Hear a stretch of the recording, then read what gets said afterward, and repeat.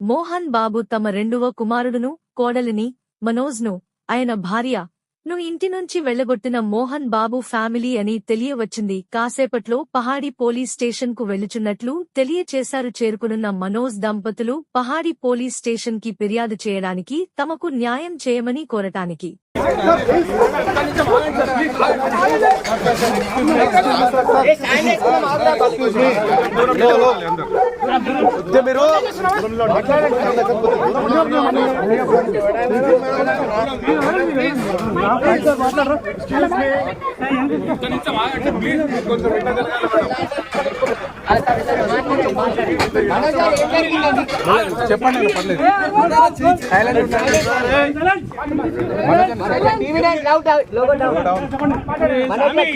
చెప్పండి లేదు పర్లేదు చెప్పండి మనకు ప్లీజ్ కొంచెం సైలెంట్. నేను ఆర్టీ కోసం డబ్బు కోసమో ఈ పోరాటం చేయట్లేదు.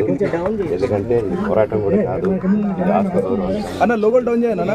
మా భార్య పిల్లల సేఫ్టీకి సంబంధించి ఇది నాతో ఒక మగాడిగా నాతో డైరెక్ట్గా వచ్చి నాతో ఏం చేసినా నా భార్య వీరి ఇంక్లూడ్ చేయడం, నన్ను ఇంక్లూడ్ చేయడానికి, నా పాప ఇంక్లూడ్ చేయడం, నా బిడ్డలు ఇంట్లో ఉండగానే అలా బిహేవ్ చేయడం కరెక్ట్. ఈరోజు పోలీస్ దగ్గరికి నేను వెళ్ళి ప్రొటెక్షన్ అడిగాను.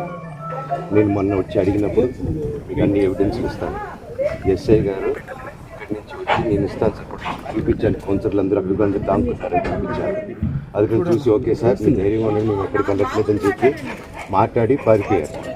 ఇప్పుడు కానిస్టేబుల్స్ వచ్చి అందరూ నా మనుషులందరినీ భయపించి ఇప్పుడు వాళ్ళ పేర్లు తీసుకొని బెదరగొట్టి మా మనుషులను పంపించేసి వేరే బాడీ గార్డ్ లోపలికి పంపించున్నారు సార్. ఏం జరిగిందండి అసలు? గొడవలు ఎందుకు జరిగాయి? డిపార్ట్మెంట్ ఎందుకు వన్ సైడ్ తీసుకుంటున్నారు? కంప్లైంట్ తీసుకున్న తర్వాత వాళ్ళకి ఏ అధికారం ఉంది? నా ప్రొటెక్ట్ చేసే మనుషులు పంపించేదానికి అధికారం ప్రపంచంలో అందరినీ కలుస్తాను సార్, బయలుదేరి.